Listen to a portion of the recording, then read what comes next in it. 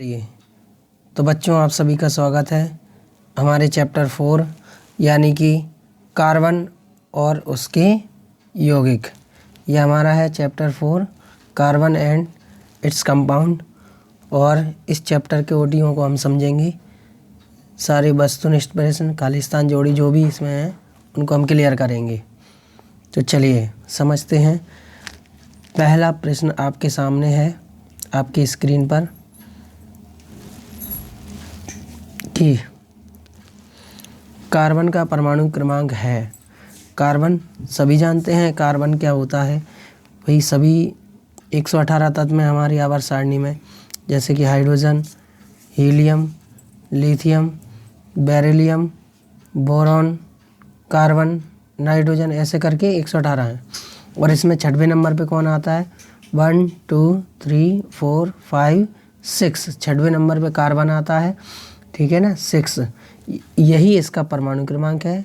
ठीक है, यानी कि 6 इसका परमाणु क्रमांक होगा। इसके बाद अगला क्वेश्चन हमारा है एल्किल मूलक को प्रदर्शित करते हैं। तो एल्किल मूलक हम आपको समझाते हैं। देखिए एल्किल मूलक क्या होता है। एल्किल मूलक को समझने के लिए आपको समझना पड़ेगा कि एल्किल किसे बोलते हैं हम। तो सबसे पहले तो आपको बता दें एल्किल एक श्रेणी है जिसका फार्मूला होता है CnH2n+2 H2n+1। ये इसका क्या होता है? फार्मूला होता है। और इसको हम R से रिप्रेजेंट करते हैं। और इसका मतलब क्या होता है? R का मतलब एल्किल। और इसमें क्या क्या आता है भाई? CH3, C2H5, C3H7, C3H7। समझ रहे हो ना आप सभी? 1 2 ये 1 2 3 ऐसे ही इसमें क्या है 3, फिर इसके बाद 3 के बाद क्या है 5, 5 के बाद 3, 3 के बाद 5, 5 के बाद 7। तो इस तरह से हम ये कह सकते हैं कि जो एल की जो श्रेणी है उसको हम आर से रिप्रेजेंट करते हैं, आर से प्रदर्शित करते हैं। तो ये हमारा आंसर हो जाएगा आर। ये आंसर नहीं है, ये भी आंसर नहीं है, ये भी आंसर नहीं है। चलिए नेक्स्ट क्वेश्चन पर आते हैं अब हम। नेक्स्ट क्वेश्चन क्या है हमारा? नेक्स्ट क्वेश्चन है भाई पेट्रोल। पेट्रोल तो सभी जानते हैं। पेट्रोल के साथ गाड़ियों में, गाड़ी मतलब बाइक हमारी, ठीक है ना, या कार, उसमें फ्यूल के लिए क्या मिलाया जाता है? तो भाई गाड़ियों में पेट्रोल के साथ क्या मिलाया जाता है? गाड़ियों में पेट्रोल के साथ क्या मिलाया जाता है? एथेन गैस नहीं, मेथेन गैस नहीं, एसीटोन। एसीटोन पता है आपको क्या होता है? एसीटोन नेल पॉलिश रिमूवर होता है। जो नेल पॉलिश लग जाती है ना उसको हटाने के लिए यूज़ होता है। तो एसीटोन भी नहीं। लेकिन यहाँ पर हमारा जो करेक्ट आंसर हो जाएगा वो एथेनॉल। एथेनॉल मतलब क्या होता है भाई? एथेनॉल मतलब होती है शराब। और इसका यूज़ पेट्रोल के साथ गाड़ियों में किया जाता है। पेट्रोल के साथ गाड़ियों में फ्यूल के रूप में किया जाता। फ्यूल मतलब ईंधन, यानी पेट्रोल डीजल के साथ शराब मिलाई जाती है। और ये सर शराब? बिल्कुल भाई शराब। नेक्स्ट क्वेश्चन है हमारा ग्रेफाइट में एक कार्बन। ग्रेफाइट यानी सभी जानते हैं पेंसिल की नुक्की। पेंसिल जो होती है ना, पेंसिल की नुक्की किसकी बनी होती है? ग्रेफाइट की। तो ग्रेफाइट की नुक्की जो होती है उसमें एक कार्बन परमाणु कितने कार्बन परमाणुओं से जुड़ा रहता है? तो हम आपको एक चीज़ समझाते हैं यहाँ पर कि जो हीरा रहता है उसमें एक कार्बन 4 कार्बन परमाणुओं से जुड़ा रहता है, इसलिए उसमें करंट नहीं आता है। जबकि जो ग्रेफाइट होता है, कौन? ग्रेफाइट यानी पेंसिल की नुक्की। ग्रेफाइट बचपन में सभी ने खाई भी होगी। और ये विद्युत का चालक होता है, करंट लग जाता है इसमें ग्रेफाइट में। उसमें एक कार्बन कितने कार्बनों से जुड़ा रहता है? उसमें एक कार्बन 3 कार्बन परमाणुओं से जुड़ा रहता है। और एक बॉन्ड उसका फ्री, एक इलेक्ट्रॉन उसका फ्री रहता है। ये मुक्त इलेक्ट्रॉन की वजह से ही विद्युत धारा का प्रभाव होता है। लेकिन हमसे क्वेश्चन क्या पूछा है? ग्रेफाइट में एक कार्बन परमाणु कितने कार्बन परमाणुओं से जुड़ा रहता है?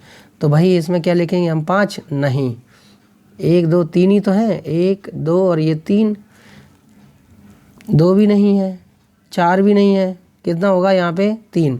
और अगर हीरा आ जाए क्वेश्चन ग्रेफाइट की जगह पर हीरा आ जाए, हीरा में एक कार्बन परमाणु कितने कार्बन परमाणु से जुड़ा रहता है? तो इसमें आप लिखेंगे 4 और ग्रेफाइट में कितना 3।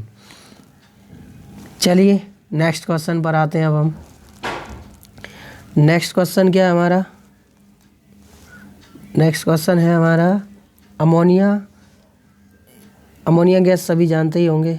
अमोनिया क्या होती है? अमोनिया एक गैस होती है जिसका उपयोग यूरिया बनाने में किया जाता है। अब अमोनिया के एक अणु यानी NH3 में कितने बंध होते हैं? कितने बंध होते हैं? चलिए समझते हैं अमोनिया के अणु में कितने बंध होते हैं। अमोनिया मतलब नाइट्रोजन में कौन जुड़ा है? हाइड्रोजन। नाइट्रोजन में हाइड्रोजन जुड़ रहा है इसमें। तो यहाँ पर ये हमने बनाया नाइट्रोजन, और नाइट्रोजन में कितने हाइड्रोजन जुड़ रहे हैं? 3। 1 2 और ये 3। तो आपको दिख रहा होगा सभी में एकल बंध है। एकल बंध मतलब कि सिंगल बॉन्ड। एकल बंध मतलब क्या होता है? सिंगल बॉन्ड, यानी कि एकल बंध है इसमें। तो द्विबंध नहीं है इसका आंसर, केवल द्विबंध। द्विबंध मतलब डबल बॉन्ड होता है, डबल नहीं है। दो बंध एवं एकल बंध, दो बंध है ही नहीं, तो एकल बंध का आंसर नहीं होगा। केवल त्रिबंध भी नहीं है इसमें आंसर। तो इसका करेक्ट आंसर क्या हो जाएगा? इसका करेक्ट आंसर हो जाएगा हमारा केवल एकल बंध। केवल एकल बंध ही हैं इसमें अमोनिया में। ये देखिए आप, कौन से बंध हैं? एकल बंध, सिंगल बॉन्ड, जिनको हम कहते हैं सिंगल बॉन्ड। ओके, इसके बाद नेक्स्ट क्वेश्चन क्या है हमारा? एक कार्बन परमाणु वाला हाइड्रोकार्बन है। एक कार्बन परमाणु, जिसमें एक कार्बन परमाणु दिख रहा है, उसका आंसर दीजिए आप। जैसे कि पहला ऑप्शन है हमारा मीथेन, इसमें एक ही कार्बन परमाणु है। इसमें कितने हैं? 2, तो ये आंसर नहीं होगा हमारा। इसमें कितने हैं? 4, ये भी आंसर नहीं होगा हमारा। इसमें कितने हैं? 3, ये भी आंसर नहीं होगा। तो इसका करेक्ट आंसर क्या हो जाएगा आपका? मीथेन। एक कार्बन परमाणु वाला हाइड्रोकार्बन क्या हो जाएगा? मीथेन। चलिए नेक्स्ट क्वेश्चन पर आते हैं अब हम। नेक्स्ट क्वेश्चन क्या है हमारा? नेक्स्ट क्वेश्चन है हमारा कि बकमिस्टर फुलरीन किसका एक अपर रूप है? Buckminster fullerene. फुलरीन के बारे में आपको बताते हैं। देखिए, फुलरीन एक फुटबॉल के जैसी संरचना होती है। फुलरीन किसकी जैसी संरचना होती है? फुटबॉल की जैसी संरचना होती है, जिसमें 60 कार्बन होते हैं। कितने कार्बन होते हैं? 60 कार्बन परमाणु होते हैं। तो यहाँ पर क्वेश्चन क्या है? बकमिस्टर फुलरीन किसका एक अपर रूप है? तो भाई कार्बन होते हैं ना उसमें, कार्बन, तो कार्बन का ही अपर रूप होगा। टिन का थोड़ी ना हो जाएगा, फास्फोरस का भी नहीं होगा, सल्फर का भी नहीं होगा। तो ये किसका अपर रूप होगा? तो ये होगा भाई कार्बन का। क्लियर है आपको? कार्बन का अपर रूप यहाँ पे हो जाएगा ये। बकमिस्टर फुलरीन किसका अपर रूप है? कार्बन का। कार्बन परमाणु होते हैं 60। ठीक है, इसके बाद नेक्स्ट क्वेश्चन पर आते हैं अब हम। अब आ गए हैं हमारे पास रिक्त स्थान। तो भाई रिक्त हैं ये स्थान, यानी कि रिक्त स्थान, और इनको समझते हैं। चलिए, तो पहला रिक्त स्थान हमारे सामने उपलब्ध है। कार्बन की संयोजकता। कार्बन की संयोजकता कितनी होती है? तो भाई अभी आपको बताया कार्बन कितने परमाणु, कितने कार्बन से जुड़ सकता है? 1 2 3 4 कार्बन से जुड़ सकता है, यानी 4 बॉन्ड बना सकता है। तो 4 संयोजकता होती है। ठीक है, जितने बॉन्ड बना सकता है कोई भी परमाणु, वही उसकी क्या कहलाती है? संयोजकता। क्लियर है ना? संयोजकता में क्या होता है? संयोजकता में क्लियर। इसके बाद आते हैं हम आगे।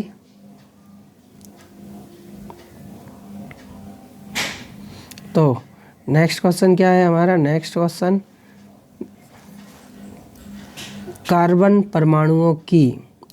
परमाणुओं की लंबी श्रृंखला बनाने का गुण खाली स्थान कहलाता है। कार्बन परमाणुओं की ये इस तरह से लंबी श्रृंखला बनेगी, और ये लंबी श्रृंखला जो बनती है, ये जो गुण है क्या कहलाता है? इस गुण को बोलते हैं श्रृंखला बनाना, यानी कि श्रृंखलन।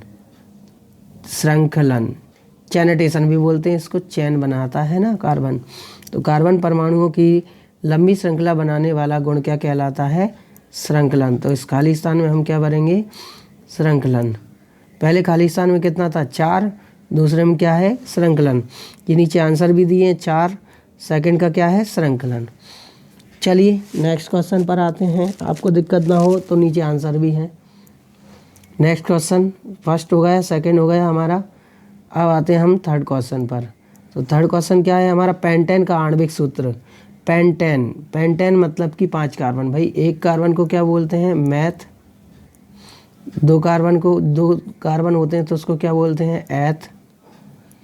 3 कार्बन होते हैं तो उसको क्या बोलते हैं, प्रॉप। 4 कार्बन को क्या बोलते हैं, ब्यूट। और 5 कार्बन को क्या बोलते हैं, पेंट। और 6 कार्बन को क्या बोलते हैं, हेक्स। ये आपको याद रखना है, कम से कम 6 तक तो पेपर में पूछा जा सकता है आपसे। यहाँ पे पेंटेन है, पेंटेन मतलब 5 कार्बन, यानी कि C5 आएगा इसमें, C5, क्लियर। और H कितने होते हैं, H दोगुने से 2 ज़्यादा होते हैं N वाली सीरीज़ में।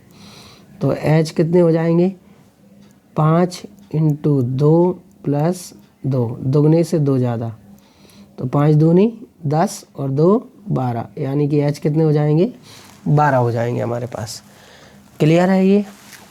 इसके बाद हेक्सेन का भी पूछ लिया उसने, हेक्सेन का। अभी पेंटेन का पूछा था उसने, अभी हेक्सेन का पूछ लिया। हेक्सेन का बताते हैं, चलिए हम आंसर। हेक्सेन में कितने कार्बन हैं, 6 कार्बन, यानी कि C6। अब H कितने होंगे, H कितने होंगे, 6 और दोगुना यानी कि 2 का गुणा और +2, यानी 6 दूनी 12 और 2 जोड़ेंगे तो 14, यानी कि H कितने हो जाएंगे, 14। क्लियर है आपको। पेंटेन का सूत्र और हेक्सेन का सूत्र, ये पेंटेन और ये हेक्सेन। ये नीचे आंसर भी दिए हैं, आप मिला सकते हैं। C5H12 पेंटेन का है और C6H14 ये किसका है, हमारा हेक्सेन का, C6H14। चलिए नेक्स्ट क्वेश्चन पर आते हैं अब हम। नेक्स्ट क्वेश्चन क्या है हमारा, एल्डिहाइड का सामान्य सूत्र। एल्डिहाइड बेटा आपको याद रखना पड़ेगी, ये कुछ क्रियात्मक समूह होते हैं। OH मतलब क्या होता है, अल्कोहल। OH मतलब क्या होता है, अल्कोहल। और CHO मतलब क्या होता है, एल्डिहाइड। COOH मतलब क्या होता है, कार्बोक्सिलिक एसिड। NH2 मतलब क्या होता है, एमीन। तो आपसे क्या पूछा है, CHO, और इसमें अगर R लगा दें, इसमें भी R लगा सकते हैं, इसमें भी R लगा सकते हैं, R सब में लगा सकते हैं। तो ये RCHO किसका हो जाएगा, हमारे एल्डिहाइड का सामान्य सूत्र हो जाएगा, RCHO। ये देखिए आंसर भी दिया उन्होंने, RCHO एल्डिहाइड का सामान्य सूत्र। अगर आपसे कार्बोक्सिलिक अम्ल का पूछता कि कार्बोक्सिलिक अम्ल का सामान्य सूत्र क्या है, कार्बोक्सिलिक अम्ल, तो कार्बोक्सिलिक अम्ल का सामान्य सूत्र क्या हो जाता, R बॉन्ड COOH। क्लियर।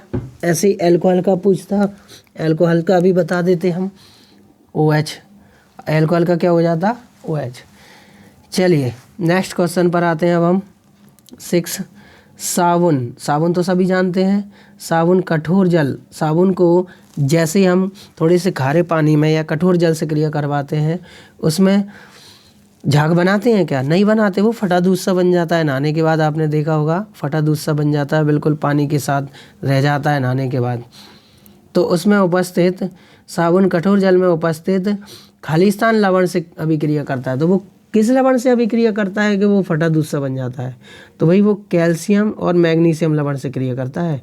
किससे अभिक्रिया करता है, कैल्शियम और मैग्नीशियम, कैल्शियम और मैग्नीशियम, कैल्शियम और मैग्नीशियम लवण से वो क्रिया करता है। ये कैल्शियम Ca और मैग्नीशियम Mg। चलिए ये देखो आंसर भी लिख रहा है, वैसे नीचे आपको बताने की ज़रूरत नहीं थी, कैल्शियम एवं मैग्नीशियम। इसके बाद नेक्स्ट क्वेश्चन है हमारा। नेक्स्ट क्वेश्चन क्या है भाई, कि खालिस्तान संतृप्त हाइड्रोकार्बन से अभिक्रिया सूर्य के प्रकाश की उपस्थिति में करती है। तो खालिस्तान कौन सी gas, chlorine gas, chlorine Cl, यानी कि क्लोरीन, क्लोरीन को Cl बोलते हैं, ठीक है। तो जो क्लोरीन है वो संतृप्त हाइड्रोकार्बन से क्रिया करके, ये क्लोरीन गैस की क्रिया, जैसे ही हम संतृप्त हाइड्रोकार्बन यानी कि CH4 या C2 कुछ भी हाइड्रोकार्बन से क्रिया करवाते हैं, तो पता है क्या होता है, तो यहाँ पर ये इस तरह की अभिक्रिया होती है और इसमें एक H एक Cl को लेके चला जाता है और क्या बन जाती है HCl, और प्लस में यहाँ पे एक H चला गया तो ये CH3 रह जाता है और एक और Cl उसमें आके जुड़ जाती है। 2 Cl है ना हमारे पास, तो CH3Cl बन जाता है। ठीक है, तो यह अभिक्रिया होती है क्लोरीन से। क्लियर है। क्लोरीन संतर्प हाइड्रोकार्बन से क्रिया सूर्य के प्रकाश की उपस्थिति में करता है और मेथिल क्लोराइड बना देता है, हाइड्रोक्लोरिक अम्ल बनाता है। चलिए समझ में आए। इसके बाद आगे बढ़ते हैं। अगला क्वेश्चन, अगले नंबर पे आने वाली हैं हमारी जोड़ियाँ। तो चलिए मिलाते हैं जोड़ियों को। और पहले नंबर पर क्या है हमारे पास, कार्बन एवं हाइड्रोजन से मिलकर बने यौगिक। कार्बन एवं हाइड्रोजन से मिलकर बने यौगिकों को हम क्या कहते हैं, हाइड्रोकार्बन कहते हैं। चलिए इसके बाद नेक्स्ट जोड़ी क्या है हमारी, नेक्स्ट जोड़ी है हाइड्रोकार्बन के हाइड्रोक्सी व्युत्पन्न क्या कहलाते हैं, अल्कोहल कहलाते हैं। ये आ गया आपको समझ में। इसके बाद हाइड्रोकार्बन के हाइड्रोक्सी, हाइड्रोक्सी मतलब बेटा OH होता है, इसलिए हमने ये अल्कोहल टिक किया है। अल्कोहल में भी क्या होता है, OH। क्लियर। इसके बाद अगले क्वेश्चन पर आते हैं। अगला जोड़ी क्या है, क्लोरोफॉर्म। क्लोरोफॉर्म बेटा वही पदार्थ होता है जिसका फॉर्मूला होता है CHCl3, याद रखना है आपको, CHCl3। और क्लोरोफॉर्म एक निश्चेतक यानी कि बेहोशी कारक पदार्थ है, ये बेहोश कर देता है। बेहोश का मतलब आपने देखा होगा कि टीवी में रूमाल पर छिड़क कर किसी को भी किडनैप करते हैं तो बेहोश करने के लिए क्लोरोफॉर्म डालते हैं, क्लोरोफॉर्म। तो क्लोरोफॉर्म की जोड़ी किससे मिलाएंगे हम, तो भाई फॉर्मूले से मिलाएंगे। इसका फॉर्मूला क्या है, CHCl3, क्लोरोफॉर्म। नेक्स्ट क्या है हमारी जोड़ी, नेक्स्ट है एथेनॉल। एथेनॉल को किससे मिलाएंगे, एथेनॉल। एथेनॉल मतलब कि C2H5OH यानी कि CH3CH2OH, अल्कोहल है OH। एथेनॉल जिसको हम शराब भी कहते हैं, जिसको हम क्या कहते हैं, शराब। इसको पीते हैं ना, वही शराब है ये एथेनॉल। दुकान पर जाके नहीं बोलना है, लेकिन भाई हमें एथेनॉल दे दो। इसके बाद अगला क्वेश्चन क्या है हमारा, अगला है ब्यूटेन। ब्यूटेन मतलब अभी बताया था आपको थोड़ी देर पहले, 4 कार्बन। ब्यूट मतलब 4 कार्बन। मैथ मतलब 1 कार्बन, एथ मतलब 2 कार्बन, ब्यूट प्रॉप मतलब 3 कार्बन और ब्यूट मतलब कि 4।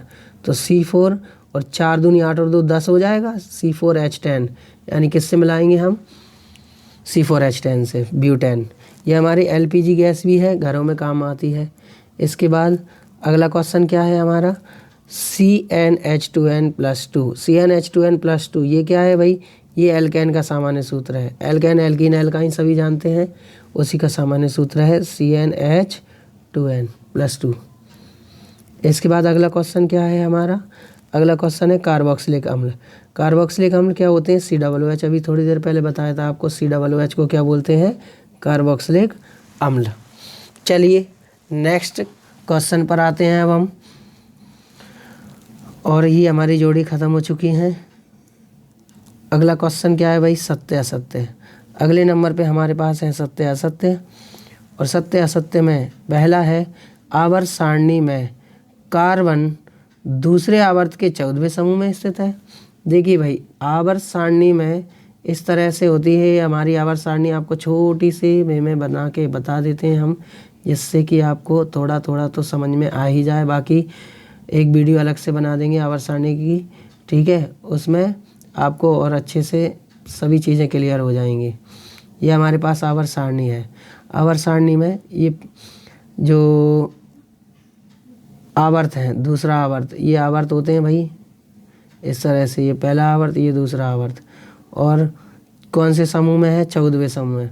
तो ये समूह होते हैं खड़े में, 1 2, बीच में 10 हैं, 10 और 2 12, 13 और ये 14, 14वें नंबर यानी कि यहाँ पे पाया जाता है हमारा कार्बन। इस समूह में है कार्बन, ठीक है। तो यहाँ आप देख सकते हैं, आवर्त सारणी में देख लेना आप, जो भी हो आपके पास, नहीं तो हम आपको लास्ट में दिखाई देंगे। तो 14वें समूह में स्थित है, बिल्कुल करेक्ट भाई। ये हमारे भाई बिल्कुल सही बोल रहे हैं, झूठ नहीं बोल रहे हैं। तो इनका आंसर बिल्कुल क्लियर हो जाएगा। इसके बाद अगले नंबर पे क्या है भाई, अगले नंबर पे है वायुमंडल में कार्बन की प्रतिशत मात्रा 0.03% है। तो भाई ये भी सही बोल रहे हैं, तो ये भी करेक्ट लगा देते हैं हम, बिल्कुल करेक्ट आंसर है। कार्बन, वायुमंडल में कार्बन कितना परसेंट है, 0.03%। कार्बन डाइऑक्साइड भी कह सकते हैं इसको। नेक्स्ट क्या है भाई हमारा, नेक्स्ट है कार्बन का परमाणु क्रमांक 4 है। ये तो गलती कर दी इन्होंने, क्योंकि hydrogen 1, helium 2, lithium 3, beryllium 4, boron 5 और कार्बन 6, यानी कार्बन कितने नंबर पे आता है, 6वें नंबर पर आवर्त सारणी में। ठीक है ना, ये हाइड्रोजन, ठीक है, ये हीलियम, लिथियम, बेरिलियम, बोरॉन और ये कार्बन, यहाँ पर आता है कार्बन 6वें नंबर पर। तो ये 4 कैसे हो सकता है, ये तो गलत बोल रहा है सर, गलत बोल रहा है, तो इसको बोलो आप झूठ बोल रहे हो, आपका गलत है आंसर। इसके बाद अगला प्रश्न है हमारा, प्रकृति में कार्बन सबसे अधिक पाया जाता है। तो भाई सबसे अधिक पाया जाता है, ये बिल्कुल गलत, रॉन्ग आंसर है, क्योंकि प्रकृति में सबसे ज़्यादा वैसे सिलिकॉन पाया जाता है, लोहा पाया जाता है, लेकिन कार्बन नहीं पाया जाता है। ठीक है, अगला क्वेश्चन क्या है भाई हमारा, अगला है कि कार्बनिक यौगिकों के बिना, कार्बनिक यौगिक यानी कि प्रोटीन, कार्बोहाइड्रेट, विटामिन जी, सब में कार्बन होता है। ठीक है ना, प्रोटीन का नाम सुना होगा ना आपने, दूध में, अंडे में, मांस मछली में, सब में प्रोटीन होता है, विटामिन होते हैं, कार्बोहाइड्रेट होते हैं, कार्बोहाइड्रेट जो होते हैं ना, उनमें भी कार्बन हाइड्रोजन ऑक्सीजन से मिलकर बनते हैं, तो उसमें भी कार्बन होता है। तो कार्बनिक यौगिकों के बिना जीवन संभव है? नहीं भाई, कार्बनिक यौगिकों के बिना जीवन संभव नहीं है। तो ये तो भाई झूठ बोल रहा है कि कार्बनिक यौगिकों के बिना जीवन संभव है। नहीं भैया, नहीं है यार, कार्बन के बिना जीवन संभव नहीं है भाई। कार्बन नहीं खाओगे, प्रोटीन नहीं खाओगे, कार्बोहाइड्रेट नहीं खाओगे, विटामिन नहीं खाओगे, तो कैसे काम चलेगा? यानी कार्बनिक यौगिकों के बिना जीवन संभव नहीं है। ठीक है, अगला क्वेश्चन है, अगला डाउट अब अगला नंबर का 6वें नंबर पे है हमारे पास, एल्केन। एल्केन संतृप्त हाइड्रोकार्बन है। हाँ भाई, ये बिल्कुल सत्य वचन है इसके। एल्केन कौन सा हाइड्रोकार्बन है? एल्केन हमारा संतृप्त हाइड्रोकार्बन है। ठीक है ना, हाइड्रोकार्बन 2 प्रकार के होते हैं, आपको बता देते हैं एक बार फिर से। हाइड्रोकार्बन कितने तरह के होते हैं? 2 तरह के। हाइड्रोकार्बन कितने तरह के होते हैं? 2 तरह के होते हैं हाइड्रोकार्बन। एक तो होते हैं हमारे संतृप्त, और दूसरे क्या होते हैं हमारे? असंतृप्त। तो जो संतृप्त होता है उसमें आता है एल्केन, ठीक है, और असंतृप्त में क्या आता है? एल्कीन और एल्काइन। ठीक है, एल्कीन और एल्काइन। तो बिल्कुल भाई, संतृप्त हाइड्रोकार्बन में एल्केन आता है। इन्होंने भी बोला है एल्केन संतृप्त हाइड्रोकार्बन में आता है, तो ये बिल्कुल सही वचन है इनके। तो ये डाउट भी आपका क्लियर हो गया होगा। और एल्कीन और एल्काइन होता, एल्कीन ईन आ रहा है भाई इसमें, एल्काइन आइन आ रहा है, ये असंतृप्त हाइड्रोकार्बन थे। क्लियर। नेक्स्ट अब आते हैं हम एक शब्द में उत्तर पर। तो एक शब्द में उत्तर देखें तो पहला एक शब्द में उत्तर क्या है हमारा? पहला एक शब्द में उत्तर है हमारा कि एथेनोइक अम्ल। एथेनोइक अम्ल पहले भी बता चुके हैं आपको। एसिटिक एसिड का आणविक सूत्र क्या है? एसिटिक अम्ल यानी पता है क्या होता है आपको? ये झोल होता है, टिक्की का झोल। टिक्की के झोल में यही बना के डालते हैं एसिटिक अम्ल। और इसका फॉर्मूला क्या होता है? CH3COOH, CH3COOH, CH3COOH। ये हमारे एथेनोइक अम्ल यानी एसिटिक अम्ल का फॉर्मूला होता है, CH3COOH। क्लियर है आपको? नेक्स्ट क्या है हमारा भाई? नेक्स्ट है कि सोडियम एसीटेट। सोडियम एसीटेट क्या होता है? Na को क्या बोलते हैं? सोडियम। और एसीटेट को क्या बोलते हैं भाई? एसीटेट क्या होता है? CH3COO। ठीक है ना, CH3COO को एसिड बोलते हैं। तो इसका फुल फॉर्म क्या हो जाएगा? Sodium acetate. Sodium acetate. Sodium acetate. Sodium acetate क्या होता है? CH3COONA। CH3COONA। क्लियर है? Sodium acetate. इसके बाद आते हैं एसीटेट, भाई समझ लो एसीटेट, सोडियम एसीटेट या पोटेशियम एसीटेट लवण होते हैं, ठीक है। इनका यूज़ दवाई वगैरह, खाद्य पदार्थों के संरक्षण आदि में किया जाता है, यानी खाने वाले पदार्थों को सड़ने से बचाने के लिए। नेक्स्ट है एथेनॉल, गैसोलीन, बेंजीन। एथेनॉल मतलब शराब, गैसोलीन मतलब कि गैस होती है, बेंजीन आप जानते ही हैं सब, बेंजीन। इन सभी का मिश्रण क्या कहलाता है? इन सभी का मिश्रण कहलाता है पावर अल्कोहल। क्या कहलाता है? पावर अल्कोहल, जिससे हमारी बाइक चल भी सकती है, दौड़ भी सकती है। बाइक में ईंधन के रूप में इसका उपयोग किया जाता है। ईंधन मतलब कि पेट्रोल की जगह इसका इस्तेमाल कर सकते हैं पावर अल्कोहल का। बस मिलाना क्या आपको? एथेनॉल यानी शराब, गैसोलीन यानी गैस और बेंजीन। एथेनॉल, गैसोलीन, बेंजीन मिलाना है आपको और पावर अल्कोहल बन जाएगा। नेक्स्ट क्या है? हीरा तथा ग्रेफाइट के रासायनिक गुण कैसे होते हैं? भाई रासायनिक गुण समान होते हैं। हीरा और ग्रेफाइट में आपको बताया था ना, हीरा में भी क्या होता है? कार्बन, और ग्रेफाइट में भी क्या होता है? कार्बन। तो दोनों के रासायनिक गुण तो क्या है? समान है। हीरा में भी कार्बन है, ग्रेफाइट में भी कार्बन है, बट हीरा सफ़ेद दिखता है और ग्रेफाइट पेंसिल की नोक की काली दिखती है। लेकिन भौतिक गुण दोनों के क्या हैं? अलग अलग हैं, ठीक है। लेकिन दोनों में है कार्बन ही, यानी कि रासायनिक गुण समान है। तो हीरा तथा ग्रेफाइट के रासायनिक गुण कैसे होते हैं? समान होते हैं। चलिए नेक्स्ट क्वेश्चन पर आते हैं अब हम। हीरे में एक कार्बन परमाणु अन्य कितने कार्बन परमाणु से जुड़ा रहता है? अभी आपको बताया था, हीरे में एक कार्बन परमाणु कितने कार्बन परमाणु से जुड़ा रहता है? 4 कार्बन परमाणु से जुड़ा रहता है, जबकि ग्रेफाइट में 3। तो यहाँ पे कितना आंसर हो जाएगा हमारा? 4। हीरे में एक कार्बन परमाणु कितने कार्बन परमाणु से जुड़ा रहता है? 4 कार्बन परमाणुओं से। चलिए नेक्स्ट क्वेश्चन पर आते हैं हम। नेक्स्ट क्वेश्चन पर नहीं आएंगे, अब हम ख़त्म हो चुके हैं हमारे आंसर्स। तो आपको सभी को चैप्टर समझ में आया? ये था हमारा चैप्टर 4 कार्बन एवं उसके यौगिक, और इसकी ओटी आपने अच्छे से समझी सिग्मा कोचिंग क्लासेस के इस चैनल पर। तो चलिए प्यारे बच्चों, बाकी अगली वीडियो के साथ अब हम कल पढ़ेंगे।